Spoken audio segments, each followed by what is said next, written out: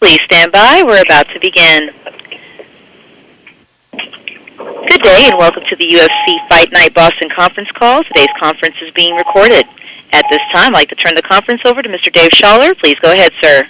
Thanks, Angela. Hello, everyone, and welcome to the UFC Fight Night Dillashw versus Cruz media conference call. The event takes place Sunday, January 17th at TD Garden in Boston, live on Fox Sports 1, 10 p.m. in the East, 7 p.m. in the West. And don't forget, our early prelims will be shown live on UFC Fight Pass at 6 p.m. Eastern, 3 p.m. Pacific, headlined by Paul Felder versus Darren Cruikshank.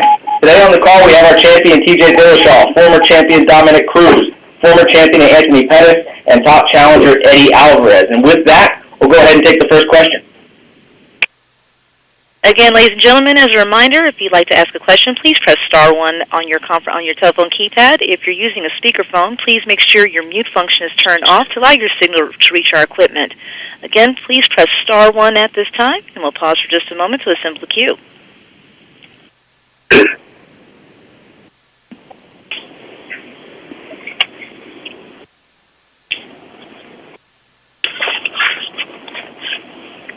Go ahead to Mark Raimondi from MMAfighting.com.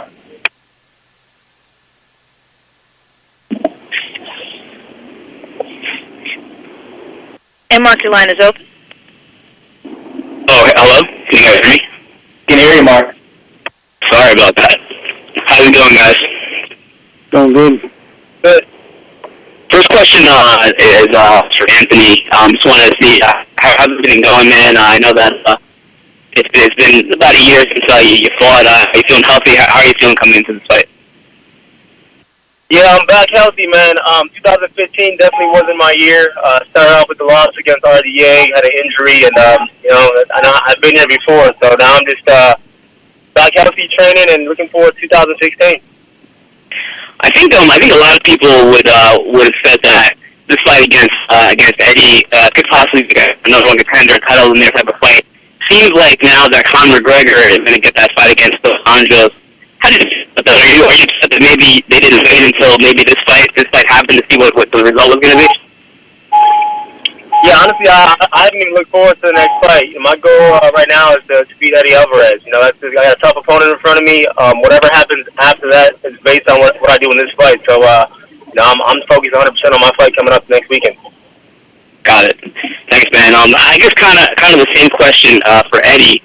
I think most people would probably say that you against Anthony was possibly a number one contender, title limit type of fight. Seems like McGregor's going to get that shot against those. He's going to move up. How do you feel about that? Is that kind of, are you bummed that they didn't wait until this fight was over to decide that? I'm sorry, is that for me, Eddie? Yeah, for Eddie, yeah. Right now it seems like Conor's able to make his own. He's able to make his own decisions, and there's nothing. Nobody on this conference call is going to be able to do about that. So I can either, cry and whine about it, or just deal with what's in front of me right now. I do think it's convenient that there's one guy left, the elephant in the room. That's Frankie Eggert, and he decides that he wants to do something different besides stay in that weight class and fight the next guy who's entitled to the shot. But, good for him.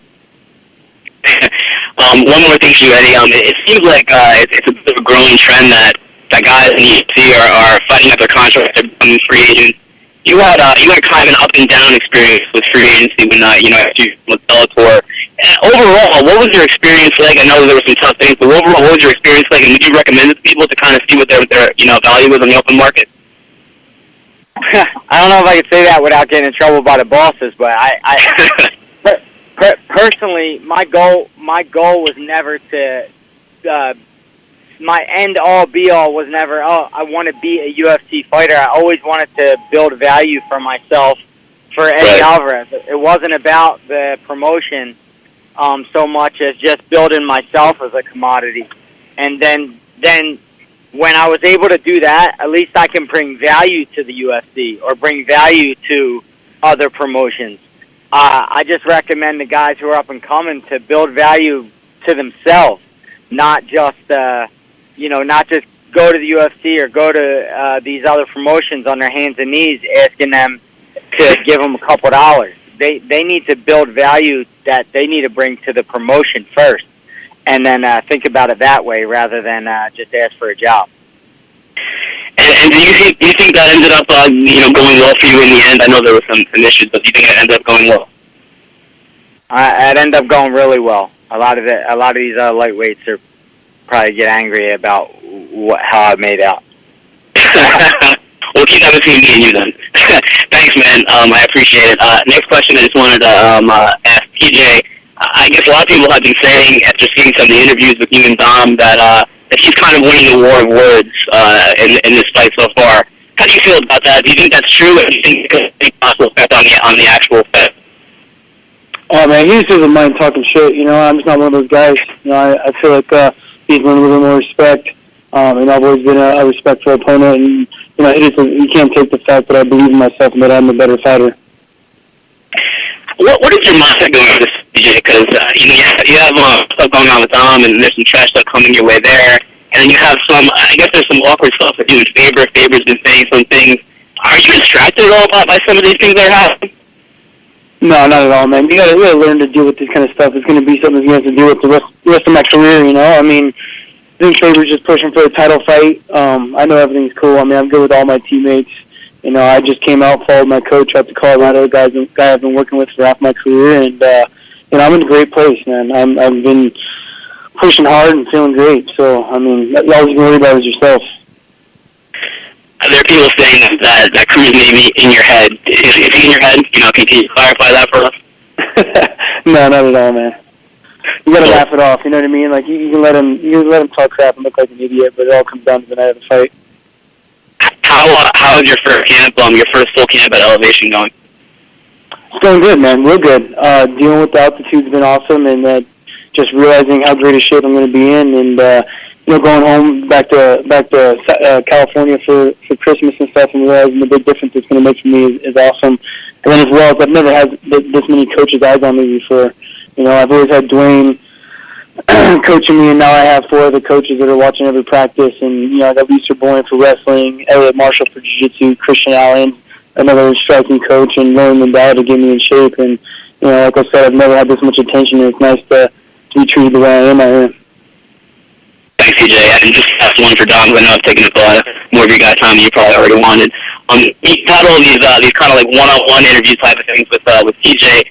Do you think that's an advantage for you? Because it seems like most people are saying that you're kind of getting the better of these exchanges. Do you think that's an advantage for you going into the fight? Talking is just talking, man. The fight is fighting. That's totally different. TJ's the type of guy that would rather fight than talk, and I think that that's because he's not that smart. But that doesn't mean that he's not ready to fight on that day, I don't look at it like it's any kind of advantage other than we're just in front of the cameras. I didn't want to do any of these interviews more than him probably, but I'm there and I got to do them, so I'm going to do them to the best of my ability. And the truth is, people want to hear what we have to say as athletes, and they don't want to just see what we do as fighters. That's usually not enough to interest people. It doesn't sell a lot of tickets. They want to hear what you believe in yourself leading into the fight, on top of going in there and throwing down and putting on a good performance. So I'm just doing all angles of things. TJ still hasn't figured that out yet, but maybe he'll figure it out eventually and sell some tickets. Is that something that you figured out? Because it's not something that you've always done over the years.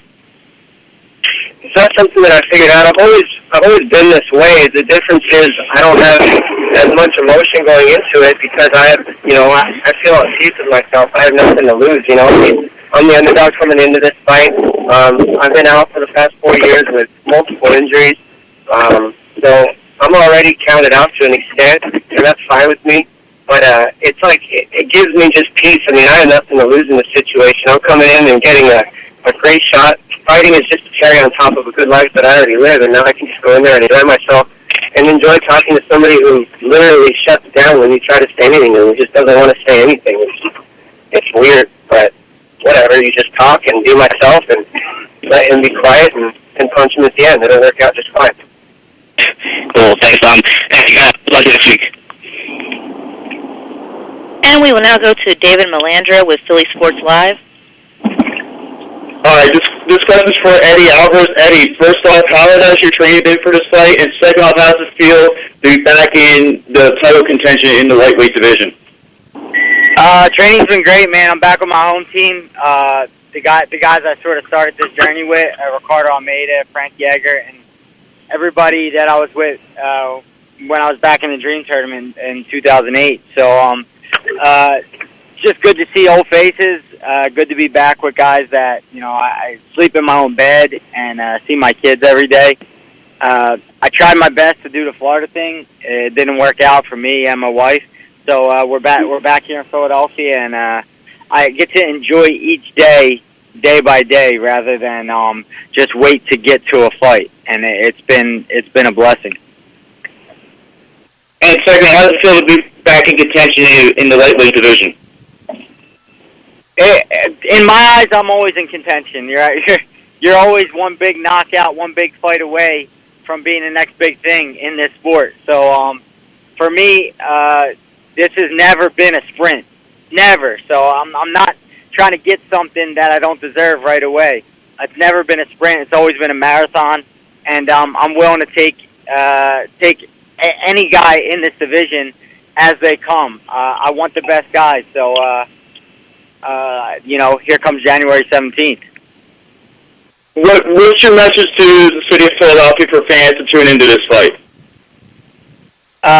They know my fight style. They know what I bring to the table every time I step in that cage. I just want to say thank you, because I've been blessed to come back home, and I didn't realize how much support and how big of a following I have here at home until I came back to my house. And just being around the city, driving around the city, something as small as going to the grocery market, and just seeing all the people who tune into the sport and show me their love. I just appreciate everything they've done for me. All right, Eddie, good luck next week. Thank you, man. We will now go to Mark Billingsley with the Sacramento Bee. Gentlemen, good afternoon, and I've been enjoying the interview so far. First question is to TJ. You mentioned you got a chance to come back to Sacramento for the holidays. Did you drop by Ultimate Fitness? Did you say hello to your former mates? No, I never went back to Ultimate Fitness. I was just home. We're back actually at the Angels Camp to my hometown and visited family. It was just a quick trip home for Christmas.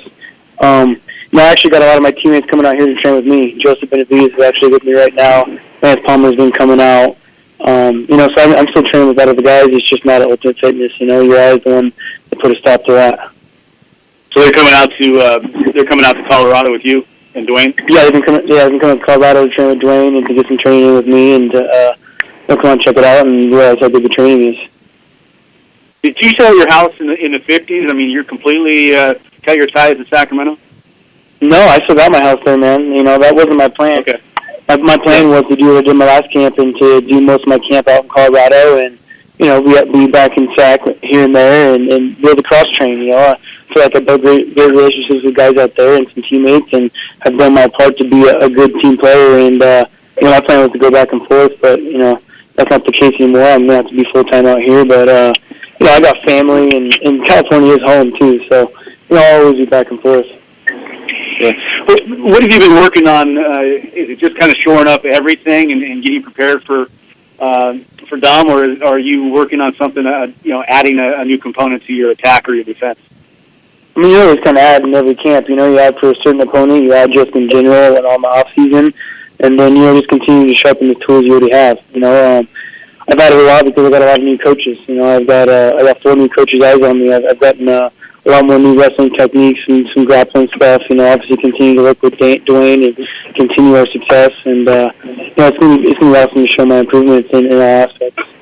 Looking at the fights that Dom's had recently against some of your former alpha male teammates, but then also knowing the injuries he's had, have you had a chance to kind of game plan yet? I mean, obviously you're not going to reveal what that game plan is, but have you had a chance to kind of size him up and see maybe he's not going to be able to turn a better certain way or something like that? We talk about the strategy going in with Dom's recent injuries and how that affects that strategy.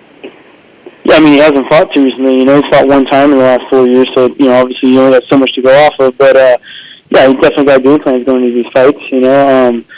You see things he's got habits of doing, things he doesn't do, and you continue to work for those, you know. We definitely have situations planned out in my head that I see coming true the night of the fight. Thanks, DJ. And Dominic, this one's for you. You kind of enjoyed on Twitter kind of putting the knife between the alpha male Faber, more specifically, and TJ when the breakup, for lack of a better term, happened a couple of months ago, and you kind of stoked those flames. I was kind of wondering if you were a little upset that he left, because if you would have beat him as a member of alpha male, that would have been kind of completed your set, if you will. So what's the question exactly?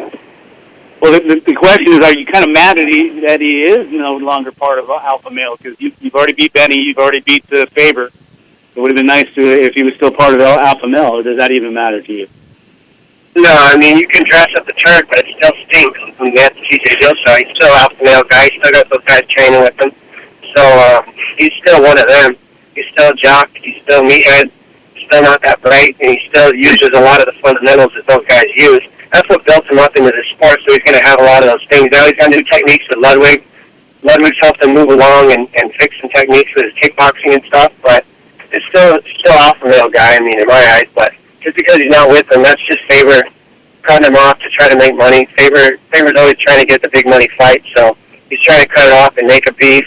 But, you know, Faber came up to me recently when I was out there in trying to commentate on the Cowboy RDA fight, and he was talking to me about TJ and, you know, just that they're not that close, and that TJ hasn't been beating him up for the past 4 years, the way TJ's been saying, and that all that's fake and none of that's true, and that they're not cool and they're not friends.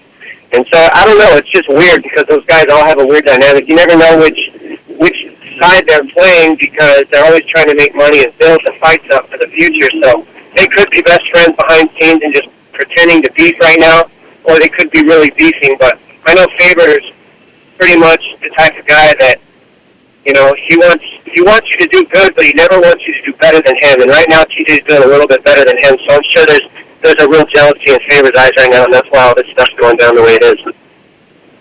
Because TJ came up through the alpha male team and had that especially early training with Dwayne a couple of years ago. I mean, is that kind of an advantage for you since you have fought some of the alpha male guys, that you see almost a blueprint, if you will?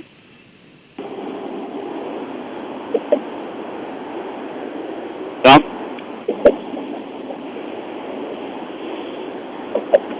Mark, it looks like we temporarily lost Dominic. We'll try to get him back on the line.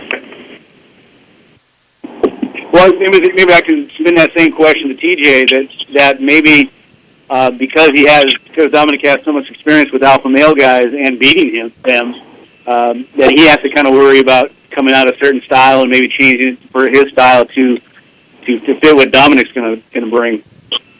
Yeah, man, I mean, it's definitely helping me prepare, you know, helping those guys prepare for their fights and know what I would have done in those situations. You know, I'm a completely different fighter than the guys that fought Dominic, you know, as in Joseph and Uriah. Even though we're teammates, we all have different physical attributes and we all fight differently. You know, there's definitely no blueprint on our team. We do learn from each other, but, you know, we all got different attributes that are greater than others. And, you know, you definitely take everything from everyone's fight. And Joseph had a very close split decision fight that, Joseph came up on the feet and was just getting taken down here and there. And, you know, same with Demetrius, doing the same thing to him. Demetrius got the better of him on the feet, and the only reason why Dom beat him is because he outsized him and took him down, you know.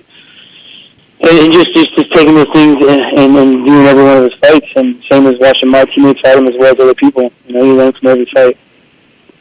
I got to give you the chance to respond to what Dominic said about you and Faber. I mean, it seems to me that proves that you're a pretty smart guy if you are having this behind-the-scenes machination where you and Faber have agreed to have this alleged beef so that they can sell tickets. That means that's pretty brilliant.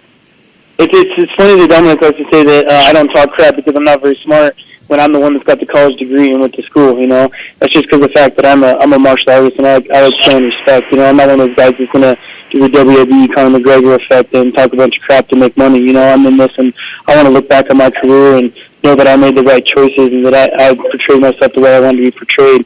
and I'm not going to look like a jackass while doing it. With me in favor, that actually is a surprise to me the way he's been acting as well, because I'm cool with all the guys, and I really think it's just a way for him to push for a title fight, a way for him to really make some money. I think he's the one that's behind all this because I've been nothing but show respect. I don't go on there and talk crap about Uriah when there's plenty to talk about. I'm just going to continue to be the humble guy and appreciate what he did for me when I got into the sport. And it's just a little ridiculous that I'm getting crap for changing camps when it happens all the time. When guys are trying to better themselves in their career by going to a new team or a new coach, it happens every day in the sport, and all of a sudden it's a big deal. So it's a little ridiculous, and you just got to kind of laugh it off. And as a reminder, ladies and gentlemen, it is star one to ask a question, and we will now move on to Damon Martin with Fox Sports. First question is for Anthony Pettis.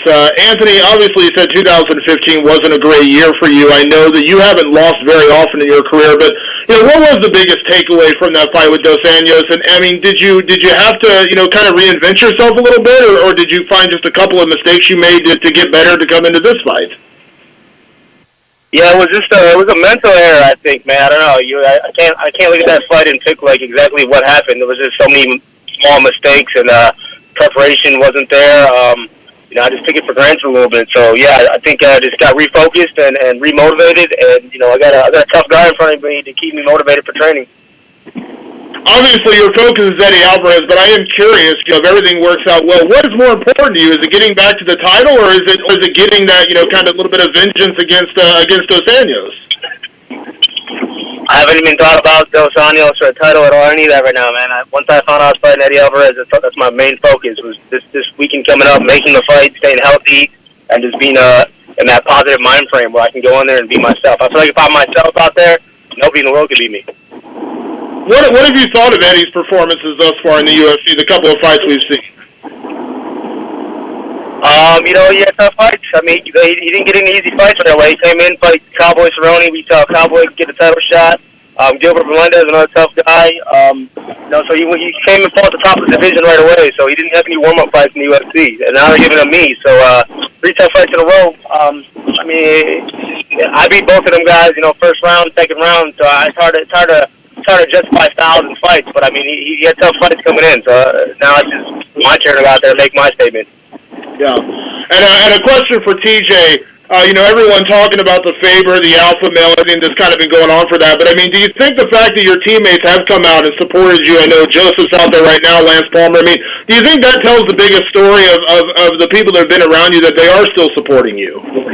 Yeah, just kind of tells the truth of what's really going on, you know what I mean? And just kind of how shallow I feel like you are kind of acting due to what's going on. He's the only one that's holding on to this and continue to talk crap about it. And like I said in some other interviews, it's kind of crazy that all the attention this whole me moving out to Colorado is getting when, I'm just moving to train with the coach that I feel is giving me a lot. A guy that believes in me and works harder for me than anybody else ever has in my entire life. Of course I'm going to follow that, man. When you build that kind of connection, that's what you're going to do. I mean, most of the great fighters you see today all have a super close connection with their coaches. Yeah. And one quick follow-up to that, with everything that's happened with Dominic, I'm curious, when Dominic got injured originally, Hayden Burrell came in and everyone believed that, he was maybe the best pound-for-pound fighter in the sport, and he had some phenomenal performances. Obviously, you went out and beat him 2 occasions. I mean, I'm curious, do you feel like Dominic is the biggest challenge you faced, or do you feel like, this is, I don't know, I'm just curious, like, how you feel, where you feel Dominic stacks up in the rank of guys you've already beaten? Yeah, man, he's definitely a very, very tough challenge. He's a great fighter. You have to believe that going into this fight. You can't underestimate the guy, just because he's been out as well. I mean, he was on top for a reason, and he's great. I just feel that I continue to grow past his status. I do believe I am the better fighter from watching from the beginning and watching myself. It just, I believe I have the better skills. And I'm a little bit hungrier, and it's gonna be a great fight, man. Awesome. Is Dom back on the line? Yeah, I'm here. All right. Dominic, for you, obviously, going through everything you went through to come back to this, I mean, what's the hardest part of watching the bantamweight title, get tossed around when it went to Burrell and then it went to TJ? I mean, was there any anger in that moment? Did you have to kind of put that away, or did you maybe tuck it away as motivation? No, I mean, it actually didn't affect me at all because I wasn't really in the loop right then. I was hurt. At that point, you just kind of got to be hurt and let your body take the course that it needs to heal. So I had already, set down the gloves for during that portion of time and let it go. Because it would have just drove me crazy to sit there and try to be upset about it or try to control it when it was completely out of my hands. You can't control injuries; they just happen. So yeah, it wasn't bothering me. It was just I'm a competitive guy by nature, so obviously I wanted to be in there competing, but couldn't. So I did what I could around it, and I evolved as a person outside of the ring and got better at the things I could as a man outside of the ring, and I didn't lose or waste any of those years, Yeah. And last question for you, Dom. Obviously a lot changes, in the sport. I mean, the guys who were champions when you were last champion have, I think, pretty much all changed since then. What's been the biggest key in kind of adapting, your style? I mean, we saw you come out and beat Takeya Mizugaki in extremely dominant fashion, but do you feel like you have evolved a lot since we last see you? Like, are we going to see a much different Dominic Cruz this time than maybe even what we saw in the Mizugaki fight? What it comes down to on fight day is believing in my abilities and believing in, just my fluidity and the things that I do, and actually letting my reactions take place. Because I already put in the work in camp. I already trained hard. TJ's mentioned that he's hungrier than me, but that can't even be gauged, so it's a pretty ignorant fact. There's no point behind it because there's no way to gauge who's hungrier than another person. So it's just really what it comes down to is believing your skill set on that day and the work that you put in prior to the camp and just having the faith that your body can go out there and do the work. And I put in the camp, my body's healthy for me, and I've had, this past 4 years to rehab my body, not take a lot of abuse to it, but to get in tune with it and just go in there and do work. So I'm just going to be excited to show up and have fun on that day because that's what it's about. I've already put in the work and put in the bad days and the good days in camp where I didn't feel good and then did feel good, and all that's out of the way. So on that one night, I'm going to be as good as I can be. Awesome. Best of luck, guys. And we will now go to Jim Edwards with The Mirror. Yeah, hi guys. First question to Anthony. Anthony, you said at the start of the call that 2015 wasn't your year. What do you think you can do by the end of 2016 to turn that around, and how active do you want to be considering you're fighting very early on in the year? Yeah, the goal is to always be active, man. I can't really state how that's going to work. Last year I was trying to be active as well. I fought December and March. Didn't work out for me. So, no, I mean, the goal is to stay active and to stay healthy. But, the sport takes a lot on your body. Training camps are just like fights. I mean, so for me, it's just trying to stay healthy and just stay prepared, I guess. But, fighting early in the year, so I should be able to get a couple more fights this year and accomplish my goals. 2016, I'm looking forward to getting back to where I was at and, staying where I was at. Thanks. Next question to Dominic. Dom, you've obviously had your injuries the last 2 years, but what is it that has kept you wanting to come back time after time after time? You've obviously been a UFC champion. You're widely regarded as one of the best there's ever been at the bantamweight division, but what is it now that is driving you back this time? I think your question is, what is it now since I've been hurt, I guess? No, I'm asking, what is driving you back this time? I just want to understand, what is your motivation to keep coming back time after time? Oh, okay, yeah. Well, the thing is, I am competitive and I do love to compete. The thing is, I've been out all this time not because I wanted to be, but because, my injuries didn't let me compete. I got hurt at around 26, and I knew my age would be on my side in the fact of healing as long as I, just let my body heal and get back to where it could. So I've done that, and it's working for me again, and age is still on my side. I'm still in my prime years right now. So, I'm just as hungry as I ever was to be the best in the world and to make history. And really, what it comes down to is challenging yourself. We only get one life to live, and this is a huge challenge. And every single one of us as fighters is doing this to evolve as a person. And I feel like that's what this is about. This is a big challenge. I'm coming from behind the desk that 4 years, and I'm about to go compete with what people are saying is one of the better pound-for-pound guys in the world. So it's going to be pretty crazy when I go out there and put on a great show and either win. The pressure's not on me. I'm getting the chance of a lifetime right here. I've been out, and I get to fight for a title again. So I'm just happy to be able to compete again and compete against some of the best guys in the world right now. I mean, my last fight was against a top 5 guy after I was out 3 years, and now I'm going against the number 1 guy in the division. So it's gonna be fun to challenge myself. That's what this is all about, is testing myself and passing with flying colors. Thanks, Dom. And TJ, just to follow up on that with you, obviously Dom was just talking there about how the pressure's on you. Dom's the guy that's been out for the last 2 years. Do you feel this is almost a lose-lose situation for yourself? Even some people might say that even if you beat him, that he's been out 2 years. What have you got to say about that? You just got to learn to deal with those things, man. I mean, that's the greatest thing about wrestling my entire life, is learning how to deal with the pressure. You know, you got to turn all that pressure into having fun and get in front of those millions of people and put a smile on your face and have fun, man. Makes you perform a lot better when you're loose and having fun and not worried about what's going to happen. I mean, I'm lucky enough just to be able to be in the situation to train every single day and do what I love to do. So, you know, I'm just going to soak it all up and show off and have a great time.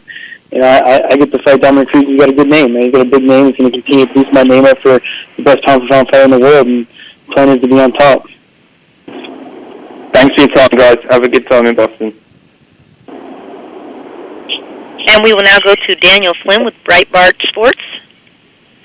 First question for Dominic. Injuries beat you, but no bantamweight beat you in the UFC at least. Do you view yourself as the man still, as the sort of champion in waiting in the bantamweight division, or do you concede that TJ is now the man in the bantamweight division? Well, it's not really what you think about yourself. It's, you know, to the extent of with media and all that, because every single person on this conference call right now believes that they are the man, believes that they are the champion. I mean, I guarantee you ask every single one of them, they'll say they're the best in the world. So it's kind of a, you know, biased question to an extent if you're asking me. Of course I believe I'm the best in the world. Of course I believe I'm the man in the division. But when it comes down to it, media puts us in an order, and then it's our job to go out and prove that we're better than the order that you guys put us in. I believe I'm the best in the world, and I believe that the order is incorrect, and I'm number 1, and TJ is just the best at being number 2. Question for TJ. Many fans considered you a straight wrestler coming out of the Ultimate Fighter show, but you showed, you know, excellent striking and amazing footwork against Barao both times. How would you compare your stand-up with Dominic's? Do you feel confident that you can win a fight if it stays on the feet? And how much did Dwayne Ludwig's help with your striking persuade you to stick with him and make that move to Colorado? You know, I was strictly a wrestler and Ultimate Fighter. You know, I only had 4 fights at that time and only been out of wrestling for a year. You know, so I was very new to the sport, and I was only a wrestler. You know, my growth has happened really fast, and I owe it to a lot of people, but I do owe most of it to Dwayne Ludwig. You know, I mean, he came in and gave me a lot of confidence that things that I was doing were right and helped me build off of it. You know, he didn't change who I was as a fighter, but added a lot to it. And, yeah, I feel very confident if I stay on their feet. And, you know, and that is the reason why I'm out here in Colorado with Dwayne, is because the belief I have in the guy that's pushed me to be where I'm at. Question for Eddie and Anthony. The lightweight division is arguably the most talented division in the UFC, but with Conor's arrival in division, it's now becoming a much more marketable division. Do you look upon this? I mean, I'm trying to gauge how you look upon his arrival. Do you view it as, you know, do you welcome his arrival because of the attention he brings to the division, or are you more resentful of him leapfrogging over everyone else for a title shot? And I guess we'll start with Anthony. No, I mean, I guess I was going to move down to 45 and fight Jose Aldo when I was the number 1 contender. So I guess the champion moving up to fight a champion makes sense. As long as they do it for the rest of the divisions. I mean, if any other champ decides to move up, they automatically get a title shot. But at the same time, I feel like the lightweight division has always been marketable. I mean, we have some great champions. We have some great guys that came out of this division. And, you know, it's not based on just talk. It's based on performance. And I think, you know, the division has always been a tough division. The 45 division was one that was, you know, dominated by Jose Aldo the whole time. So you get a guy that comes in there and takes out Aldo and he moves up a weight class. Of course, everybody's going to want to watch it. So, yeah, I mean, I welcome it. So hopefully, you know, he stays and we see how good he really is. Hey, yeah, I think anything or anybody who brings more money to the sport is a good thing. It's hard for me to say anything bad about it. Regardless of whether people think he deserves this or he deserves that, the truth is that when one fighter gets paid more, it's good for all of us, every single one of us. So I'm happy that he brings the marketability to the division, and it's not up to me or anybody or any other fighter to say what he deserves or what he doesn't. Our bosses make that decision, no matter how we perform out there. So happy to see money coming in. Outstanding. Thank you. Good luck to you all. And we will take our last question from Raul Azaga with Primera Hora. Hi, guys. Hello. My question is okay. My question is for Anthony Pettis. I spoke to Eddie Alvarez earlier on, and I told him I hate this fight just because you guys are the two fighters of Puerto Rican descent who are best ranked, and then they're fighting each other. But joke aside, it's a fight that could probably put you guys, whoever comes out a winner, in the spot against the winner of Conor and McGregor. Do you think that's the stakes in this kind of fight? Yeah, I mean, you never really know, honestly, who's next for you. I mean, it all depends on performance, who's hot, who the fans want to see fight, and injuries. So yeah, I mean, this fight right here, there's a lot at stake. I mean, there's a title shot. There's being the number one ranked lightweight in the world, and for me, it's fighting a guy like Eddie Alvarez. Man, I got a chance to fight a guy that's been on for a long time and continue to grow my name and then show how good I really am in this game. When you interviewed last October, you said that if you win this fight and you got a title shot, you wanted it to be in Puerto Rico. Is that still stands?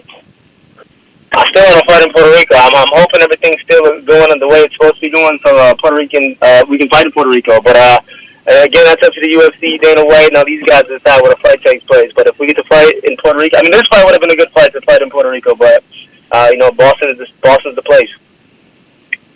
In terms of your training for this fight, you focus a lot on wrestling with E.C. Martinez. Do you think this fight is not going to be a barn burner as many expect and maybe be more of a grinder?